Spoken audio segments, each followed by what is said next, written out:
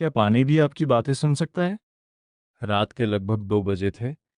Japan के एक छोटे से शहर में स्थित एक प्रयोगशाला की सारी लाइटें बंद थीं। बाहर हल्की हल्की बारिश हो रही थी। चारों तरफ सन्नाटा था। लेकिन उस प्रयोगशाला के भीतर एक व्यक्ति अब भी जाग रहा था। उसके सामने दो बिल्कुल एक जैसे कांच के गिलास रखे थे। दोनों में एक ही स्रोत का पानी भरा गया था। दोनों का तापमान समान था। दोनों को एक ही कमरे में रखा गया था। फिर भी एक फर्क था। पहले गिलास के सामने एक कागज रखा था जिस पर बड़े अक्षरों में लिखा था, थैंक यू। दूसरे गिलास के सामने दूसरा कागज रखा था, यू फूल। अगले कुछ दिनों तक उस व्यक्ति ने कुछ नहीं किया। वह केवल इंतजार करता रहा। कुछ दिन बाद उसने दोनों गिलासों के पानी को जमा दिया। फिर माइक्रोस्कोप के नीचे उनके बर्फ के क्रिस्टलों की तस्वीरें ली। जो तस्वीरें सामने आईं, उन्होंने उसकी जिंदगी बदल दी। उसका दाव था कि पहले गिलास में बने क्रिस्टल बर्फ के फूलों की तरह सुंदर, संतुलित और सममित थे, जबकि दूसरे गिलास में बने क्रिस्टल टूटे हुए, बिखरे हुए और अव्यवस्थित थे। अगर ये सच होता तो इसका मतलब सिर्फ इतना नहीं था कि पानी बदल सकता है। इसका मतलब यह होता कि हमारे शब्दों में शक्ति है, हमारी भावनाओं में ऊर्जा है, और शायद हमारी सोच दुनिया को बदलने की क्षमता रखती है। यही वह विचार था जिसने लाखों लोगों को आकर्षित किया और उतने ही लोगों को संदेह में डाल दिया। एक ऐसी किताब जिसने पूरी दुनिया को बांट दिया। साल 1999 जापान से एक किताब प्रकाशित हुई। नाम था the hidden messages in water. लेखक मसारू एमोटो। किताब बाजार में आई और धीरे धीरे पूरी दुनिया में फैल गई। कुछ लोगों ने इसे जीवन बदल देने वाली किताब कहा। कुछ ने इसे आध्यात्मिक क्रांति बताया, तो कुछ वैज्ञानिकों ने इसे छद्म विज्ञान स्यूडोसाइंस कहकर खारिज कर दिया। लेकिन एक बात तय थी, इस किताब ने लोगों को सोचने पर मजबूर कर दिया। क्या सचमुच पानी हमारी भावनाओं को महसूस कर सकता है? क्या धन्यवाद और नफरत जैसे शब्द किसी पदार्थ पर प्रभाव डाल सकते हैं? अगर हाँ, तो फिर हमारा शरीर, जो लगभग 60-70% पानी से बना है, क्या वह भी हमारे विचारों से प्रभावित होता होगा? यही सवाल इस पूरी किताब का केंद्र है। मसारू एमोटो कौन थे? मसारू इमोटो का जन्म जापान में हुआ। वे पारंपरिक अर्थों में प्रयोगशाला वैज्ञानिक नहीं थे, लेकिन उन्हें मानव चेतना, ऊर्जा और पानी के संबंध में गहरी रुचि थी। उनका मानना था कि ब्रह्मांड की हर चीज ऊर्जा से बनी है, और यदि हर चीज ऊर्जा है, तो शब्द, विचार और भावनाएं भी किसी न किसी रूप में ऊर्जा ही हैं। अब सवाल था, अगर भावनाएं ऊर्जा हैं, तो क्या पानी उस ऊर्जा को ग्रहण कर सकता है? इसी प्रश्न का उत्तर खोजने के लिए उन्होंने वर्षों तक पानी के साथ प्रयोग किए। पहला विचार, पानी सिर्फ एक रासायनिक पदार्थ नहीं है। हम स्कूल में पढ़ते हैं, पानी का रासायनिक सूत्र H2O है, 2 हाइड्रोजन और एक ऑक्सीजन, बस। लेकिन एमोटो कहते हैं, ये पूरी कहानी नहीं है। उनका दावा था कि पानी केवल रासायनिक पदार्थ नहीं, बल्कि एक प्रकार का सूचना वाहक, इंफॉर्मेशन कैरियर भी हो सकता है। यानी पानी अपने आसपास के वातावरण से प्रभावित हो सकता है। यह लेखक का विचार था, न कि मुख्यधारा विज्ञान द्वारा स्थापित तथ्य। फिर भी यही विचार पूरी किताब की नींव बनता है। अगर शब्दों का वजन होता। कल्पना कीजिए, दो बच्चे हैं। एक बच्चे से हर दिन कहा जाता है, तुम बहुत अच्छे हो, तुम ये कर सकते हो, हमें तुम पर गर्व है। दूसरे बच्चे से रोज कहा जाता है, तुम निकम्मे हो, तुम कभी सफल नहीं होगे, तुम बेकार हो। कुछ वर्षों बाद क्या दोनों बच्चों का आत्मविश्वास एक जैसा होगा? शायद नहीं। क्यों? क्योंकि शब्द सीधे हमारे मन पर असर डालते हैं। मसारू एमोटो इस विचार को एक कदम आगे ले जाते हैं। वे कहते हैं, अगर शब्द इंसान को बदल सकते हैं, तो क्या वे पानी को भी बदल सकते हैं? यहीं से उनके प्रयोग शुरू होते हैं। प्रार्थना का प्रयोग मसारू एमोटो का सबसे चर्चित प्रयोग था। प्रार्थना। उन्होंने दावा किया कि एक प्रदूषित झील के पानी के सामने सामूहिक प्रार्थना कराई गई। कुछ समय बाद उस पानी के नमूनों की तस्वीरें ली गईं। उनके अनुसार पहले जो क्रिस्टल असंतुलित थे वे बाद में अधिक सुंदर दिखाई दिए। ये कहानी पूरी दुनिया में फैल गई। बहुत से आध्यात्मिक समूहों ने इसे आशा का संदेश माना। लेकिन वैज्ञानिकों ने पूछा, क्या प्रयोग नियंत्रित परिस्थितियों में किया गया था? क्या तस्वीरें चुनने की प्रक्रिया निष्पक्ष थी? क्या दूसरे शोधकर्ता भी वही परिणाम प्राप्त कर सके? यही वे प्रश्न थे जिन्होंने इस विषय को विवादास्पद बना दिया। एक और दिलचस्प प्रयोग, चावल की कहानी। मसारू इमोटो के नाम से जुड़ा एक लोकप्रिय प्रयोग अक्सर सोशल मीडिया पर भी दिखाई देता है। 3 कांच के जार, तीनों में उबला हुआ चावल। पहले जार से रोज कहा गया थैंक यू, दूसरे से आई हेट यू, तीसरे को पूरी तरह नजरअंदाज किया गया। कुछ दिनों बाद पहले जार का चावल अपेक्षाकृत बेहतर दिखाई दिया, दूसरे में बदलाव आया और तीसरे में अधिक खराब स्थिति दिखाई दी।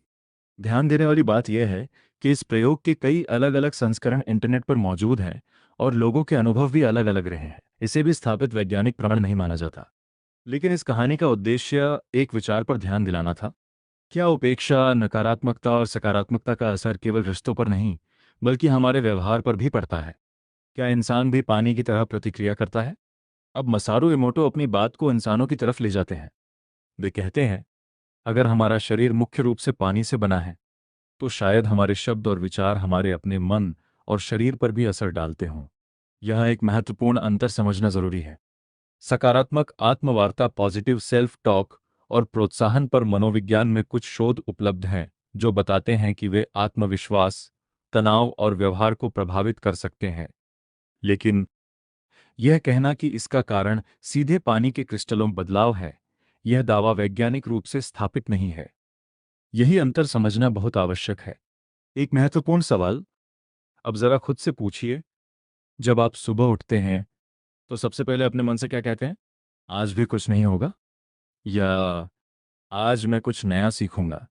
क्या यह संभव है कि हमारे शब्द सबसे पहले हमारे अपने दिमाग को बदलते हों और फिर वही बदला हुआ दिमाग हमारे निर्णय, हमारे व्यवहार और अंततः हमारी जिंदगी को बदल देता हो? यही वह बिंदु है जहां मसारू इमोटो की किताब विज्ञान, मनोविज्ञान और आध्यात्मिक सोच तीनों एक दिलचस्प चर्चा में मिलते हैं। पार्ट 3, क्या पानी में याददाश्त हो सकती है? कल्पना कीजिए, जरा अपनी आंखें एक पल के लिए बंद कीजिए। कल्पना कीजिए कि आपके हाथ में एक साधारण सा पानी का गिलास है। आप उसे देखते हैं और सोचते हैं, यह सिर्फ H2O है। लेकिन अगर मैं आपसे कहूं कि यही पानी लाखों साल पहले किसी पहाड़ की बर्फ रहा होगा, उससे पहले किसी नदी का हिस्सा, उससे पहले समुद्र, और शायद किसी डायनासोर ने भी कभी यही पानी पिया हो, तो क्या आप विश्वास करेंगे? सुनने में यह अजीब लगता है, लेकिन एक बात वैज्ञानिक रूप से सही है। पृथ्वी पर पानी लगातार जल चक्र, वाटर साइकिल के माध्यम से घूमता रहता है।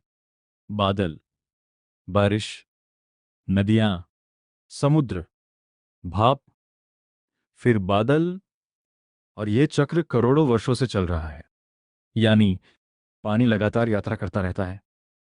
लेकिन क्या यात्रा करने वाला पानी अपनी यात्रा की कोई याद भी रखता है? यही वह प्रश्न था जिसने मसारू इमोटो को वर्षों तक आकर्षित किया। पानी की स्मृति, लेखक का विचार। इमोटो का मानना था कि पानी केवल पदार्थ नहीं बल्कि जानकारी का वाहक भी हो सकता है। उनके अनुसार हर शब्द, हर भावना, हर विचार, हर संगीत, हर प्रार्थना एक प्रकार का कंपन, वाइब्रेशन पैदा करती है, और पानी उस कंपन को अपने भीतर दर्ज कर सकता है। ये विचार आध्यात्मिक परंपराओं में नया नहीं है। दुनिया की कई संस्कृतियों में नदी को पवित्र मान गया। गंगा का जल, जमजम का पानी, पवित्र झरने, तीर्थों का जल, इन सभी से लोगों ने केवल प्यास ही नहीं बुझाई बल्कि उन्हें आस्था का प्रतीक भी माना।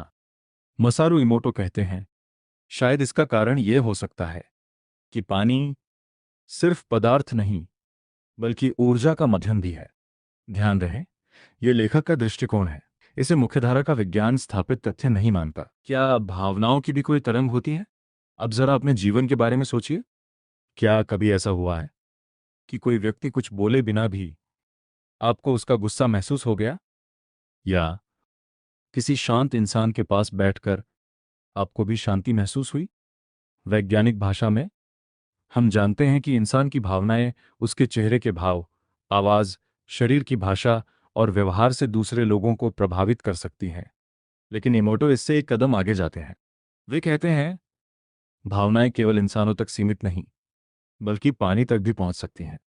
यहीं से उनकी सोच आध्यात्मिक क्षेत्र में प्रवेश करती है। अगर शब्द दिखाई देते, कल्पना कीजिए, अगर हर शब्द रंग बनकर हवा में दिखाई देता तो क्या होता? धन्यवाद शायद सुनहरी रोशनी जैसा दिखता। मैं तुमसे प्यार करता हूं शायद गुलाबी चमक जैसा।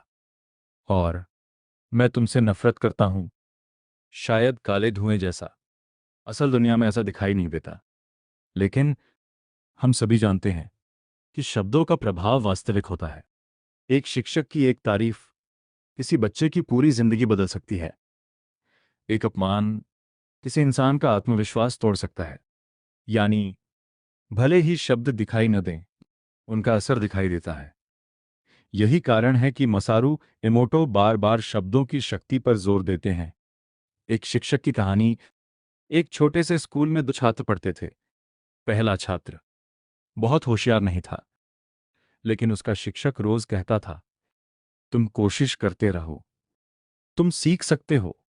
दूसरा छात्र भी लगभग वैसा ही था, लेकिन उससे अक्सर कहा जाता, तुम कभी नहीं सीखोगे। कुछ वर्षों बाद पहला छात्र धीरे धीरे बेहतर होता गया। दूसरे ने कोशिश करना ही छोड़ दिया। क्या यह पानी का असर था? नहीं, यह इंसानी मन का असर था। और यही बात हमें एक महत्वपूर्ण सबक देती है। हमारे शब्द किसी का भविष्य बना भी सकते हैं और बिगाड़ भी सकते हैं। विज्ञान ने क्या कहा? अब कहानी का दूसरा पक्ष।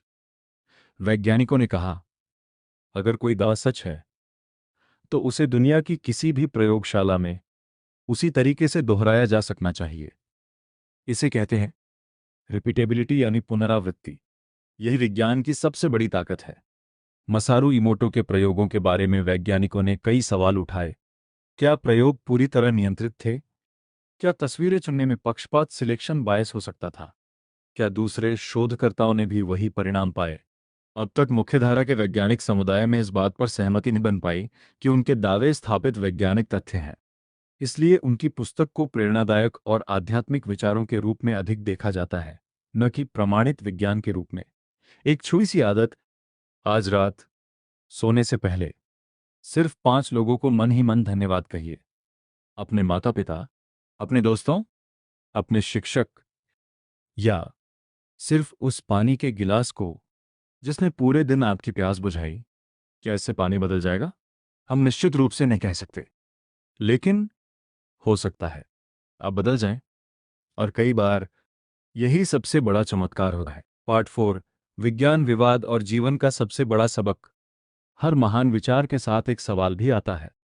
इतिहास गवाह है, जब भी किसी इंसान ने दुनिया के सामने कोई नया विचार रखा तो लोगों की प्रतिक्रिया दो हिस्सों में बंट गई। कुछ लोगों ने उस विचार को भविष्य की शुरुआत कहा और कुछ ने उसे असंभव मानकर ठुकरा दिया। जब लोगों ने पहली बार कहा कि पृथ्वी सूर्य के चारों ओर घूमती है, तो बहुतों ने उसका मजाक उड़ाया। जब पहली बार उड़ने वाली मशीन की बात हुई तो लोगों ने कहा, यह कभी संभव नहीं होगा। लेकिन इतिहास में ऐसे भी हजारों विचार रहे जो सुनने में आकर्षक थे, पर बाद में सही साबित नहीं हुए। यही कारण है कि विज्ञान केवल किसी विचार की सुंदरता से प्रभावित नहीं होता।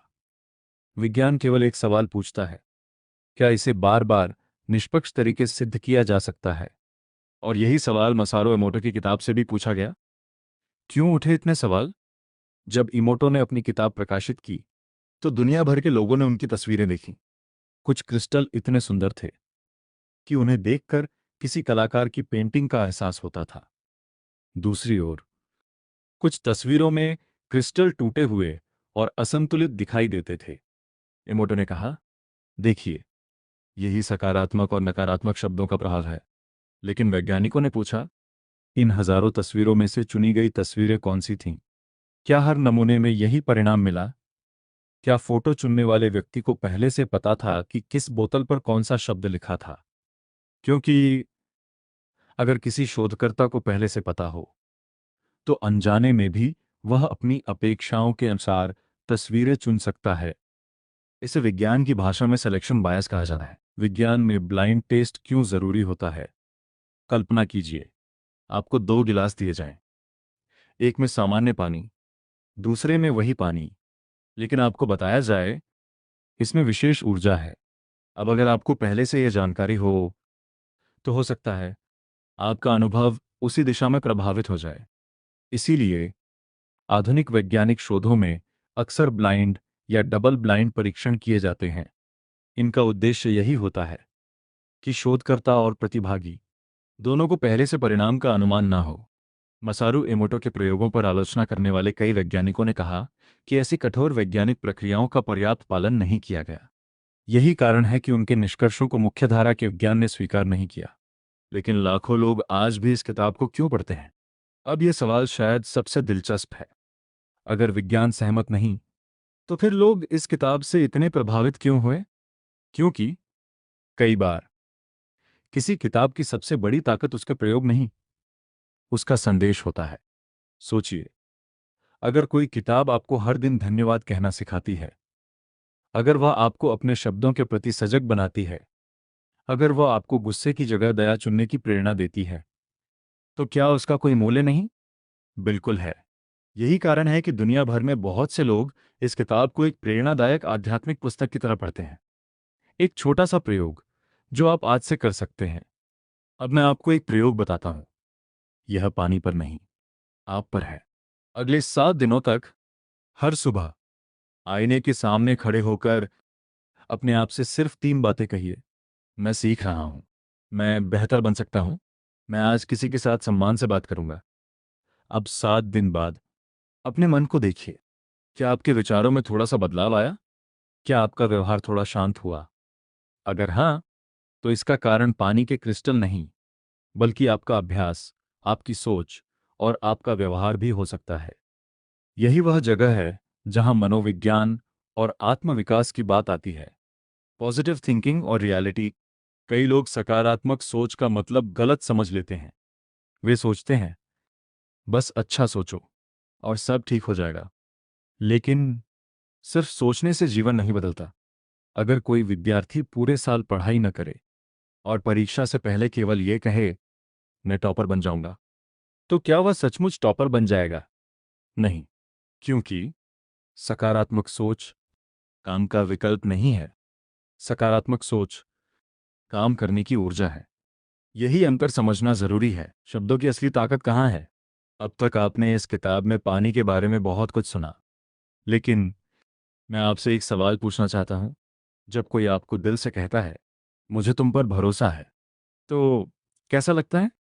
और जब कोई कहता है, तुम कभी कुछ नहीं कर सकते, तो कैसा लगता है?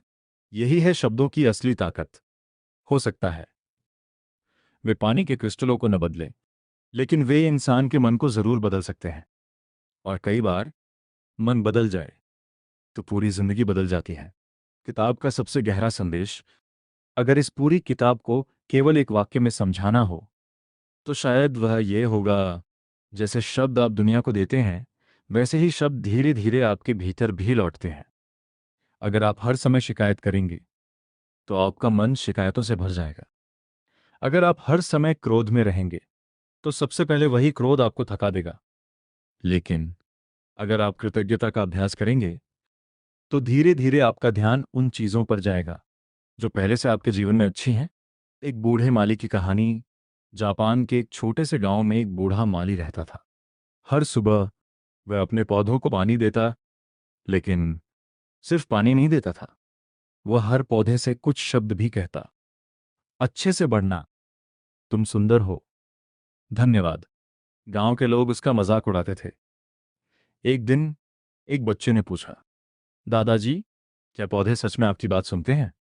बूढ़ा मुस्कुराया और बोला, मुझे नहीं पता कि पौधे सुनते हैं या नहीं, लेकिन जब मैं उनसे प्यार से बात करता हूं तो मैं खुद बेहतर इंसान बन जाता हूं।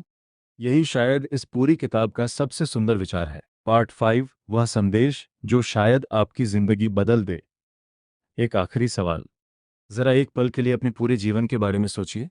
आपने अब तक कितने शब्द बोले होंगे? लाखों, शायद करोड़ों। कुछ शब्दों ने लोगों को हंसाया होगा, कुछ ने किसी का दिल दुखाया होगा, कुछ ने किसी का आत्मविश्वास बढ़ाया होगा, और कुछ शब्द शायद ऐसे भी होंगे जिन्हें आज भी याद करके आपको पछतावा होता होगा। अब एक और सवाल, अगर आज से आपके हर शब्द का असर सबसे पहले आपके अपने मन पर होने लगे, तो क्या आप वैसे ही बोलेंगे जैसे आज बोलते हैं? यही सवाल मसारू इमोटो इस पूरी किताब के माध्यम से हमारे सामने रखते हैं। इस किताब से मिलने वाले 10 सबसे बड़े जीवन पाठ। पहला सबक, शब्दों की कीमत समझिए। हम अक्सर सोचते हैं, मैंने तो बस मजाक किया था, मैंने तो बस गुस्से में बोल दिया। लेकिन एक वाक्य किसी इंसान की पूरी जिंदगी बदल सकता है। एक शिक्षक की तारीफ एक बच्चे को वैज्ञानिक बना सकती है। एक माता पिता का विश्वास एक साधारण बच्चे को असाधारण बना सकता है। और एक अपमान किसी इंसान के सपनों को तोड़ सकता है। इसलिए बोलने से पहले रुकिए, सोचिए, फिर बोलिए। दूसरा सबक, धन्यवाद कहना सीखिए। आज की दुनिया में हर कोई कुछ न कुछ चाहता है, लेकिन बहुत कम लोग जो पहले से मिला है उसके लिए धन्यवाद कहते हैं। सुबह उठते ही एक गिलास पानी, सांस लेने की क्षमता, चलने वाले पैर, देखने वाली आंखें, क्या हमने कभी इनके लिए धन्यवाद कहा? शायद नहीं। कृतज्ञता जीवन की सबसे सरल लेकिन सबसे शक्तिशाली आदतों में से एक है। तीसरा सबक, अपने आप से कैसे बात करते हैं यह भी मायने रखता है। अगर आपका सबसे बड़ा दुश्मन आपके अंदर बैठा हो, तो हर सुबह अगर आपका मन आपसे कहे, तुम नहीं कर सकते, तुम हार जाओगे, तुम दूसरों जितने अच्छे नहीं हो, तो दुनिया का सबसे अच्छा मोटिवेशन भी शायद ज़्यादा देर काम ना करे। लेकिन अगर आप अपने अंदर की आवाज़ बदल दें, तो धीरे धीरे आपकी दुनिया भी बदलने लगती है। चौथा सबक, गुस्सा सबसे पहले हमें नुकसान पहुंचाता है। गुस्सा जलते हुए कोयले जैसा है जिसे हम दूसरे पर फेंकना चाहते हैं, लेकिन उसे पकड़ने में सबसे पहले हमारा अपना हाथ जलता है। इसलिए कई बार माफ कर देना दूसरे के लिए नहीं, अपने लिए जरूरी होता है। पांचवा सबक, वातावरण हमें बदलता है। अगर आप हर दिन नकारात्मक लोगों के बीच रहेंगे, तो धीरे धीरे आपकी सोच भी वैसी हो सकती है। अगर आप प्रेरणादायक किताबें पढ़ेंगे, अच्छे लोगों के साथ समय बिताएंगे, तो आपका नजरिया बदल सकता है। इसीलिए अपने आसपास का वातावरण सोच समझकर चुनें। छठा सबक, विज्ञान और विश्वास में अंतर समझिए। यह शायद इस पूरी किताब का सबसे महत्वपूर्ण पाठ है। किसी विचार का प्रेरणादायक होना और उसका वैज्ञानिक रूप से सिद्ध होना दो अलग अलग बातें हैं। मसारू इमोटो की किताब एक प्रेरणादायक विचार प्रस्तुत करती है, लेकिन मुख्यधारा का विज्ञान उनके प्रयोगों को स्थापित तथ्य के रूप में स्वीकार नहीं करता। दोनों बातों को साथ समझना परिपक्व सोच की निशानी है। सातवां सबक, हर बात पर विश्वास मत कीजिए, लेकिन हर बात को तुरंत ठुकराइए भी मत। जीवन में दो तरह के लोग होते हैं। पहले, जो बिना सोचे हर बात मान लेते हैं। दूसरे, जो बिना सोचे हर बात नकार देते हैं। समझदार इंसान इन दोनों के बीच का रास्ता चुनता है। वह सवाल पूछता है, सबूत देखता है, सीखता है और फिर अपना निष्कर्ष बनाता है। आठवां सबक, दया कभी बेकार नहीं जाती। अगर आप किसी अजनबी के साथ सम्मान से बात करते हैं, तो शायद आप उसका दिन बेहतर बना दें। अगर आप किसी बच्चे की हिम्मत बढ़ाते हैं, तो शायद वह पूरी जिंदगी आपको याद रखे। हमारे छोटे छोटे व्यवहार दुनिया को बदलने की शुरुआत बन सकते हैं। 9वां सबक, परिवर्तन हमेशा भीतर से शुरू होता है। हम अक्सर दुनिया बदलना चाहते हैं, लेकिन दुनिया बदलने का सबसे आसान तरीका अपने व्यवहार को बदलना है। अगर एक घर में सिर्फ एक व्यक्ति शांत रहना सीख जाए, तो पूरे घर का वातावरण बदल सकता है। 10वां सबक, पानी हमें विनम्र होना सिखाता है। पानी हमेशा नीचे की ओर बहता है। वह सबसे कठोर चट्टानों को भी धीरे धीरे काट देता है। वह शोर नहीं करता, लेकिन जीवन देता है। शायद यही कारण है कि दुनिया की लगभग हर सभ्यता ने पानी को सम्मान दिया है। तो क्या पानी सचमुच हमारी बातें सुनता है? अब वीडियो के सबसे बड़े सवाल पर वापस आते हैं। क्या पानी हमारी बातें सुनता है? ईमानदार जवाब यह है, हमारे पास ऐसा स्वीकार्य वैज्ञानिक प्रमाण ही है जो यह साबित कर दे कि पानी मसारू इमोटो के बताए तरीके से शब्दों या भावनाओं को याद रखता है। लेकिन क्या हमारे शब्द हमारे रिश्तों को बदलते हैं? हाँ। क्या हमारे शब्द हमारे बच्चों को बदलते हैं? हाँ। क्या हमारे शब्द हमारी अपनी मानसिक स्थिति को प्रभावित कर सकते हैं? कई परिस्थितियों में हाँ। और शायद यही इस किताब का सबसे उपयोगी संदेश है। एक आखिरी कहानी। जापान में एक बूढ़ा व्यक्ति रोज सुबह नदी के किनारे बैठता था। लोग उससे पूछते, आप रोज यहां क्यों आते हैं? वह मुस्कुराकर कहता, मैं नदी को देखने नहीं आता, मैं खुद को याद दिलाने आता हूं कि जीवन भी पानी की तरह बहता रहता है। अगर मैं अपने भीतर गुस्सा जमा करूंगा तो मैं रुक जाऊंगा। अगर मैं बहना सीख जाऊंगा तो मैं जीना सीख जाऊंगा। Final message. शायद इस किताब का असली सवाल यह नहीं है कि क्या पानी बदलता है, बल्कि क्या हम बदलते हैं। अगर आज की इस कहानी के बाद आप अपने परिवार से थोड़ा प्यार से बात करेंगे, अपने बच्चों को थोड़ा ज्यादा प्रोत्साहित करेंगे, अपने माता पिता को धन्यवाद कहेंगे और खुद से भी सम्मान से बात करेंगे, तो शायद इस किताब का सबसे महत्वपूर्ण संदेश आप तक पहुंच चुका है। YouTube outro. अगर आपको the hidden messages in water की ये विस्तृत हिंदी बुक समरी पसंद आई हो तो वीडियो को लाइक जरूर कीजिए। अगर आप चाहते हैं कि हम दुनिया की सबसे बेहतरीन किताबों को इसी तरह गहराई से और आसान हिंदी में समझाएं, तो चैनल को सब्सक्राइब करना मत भूलिए और कमेंट में एक बात जरूर लिखिए। आपके अनुसार सबसे शक्तिशाली शब्द कौन सा है? क्या वह है धन्यवाद, प्यार या माफी? क्योंकि हो सकता है इन्हीं शब्दों से किसी की पूरी जिंदगी बदल जाए।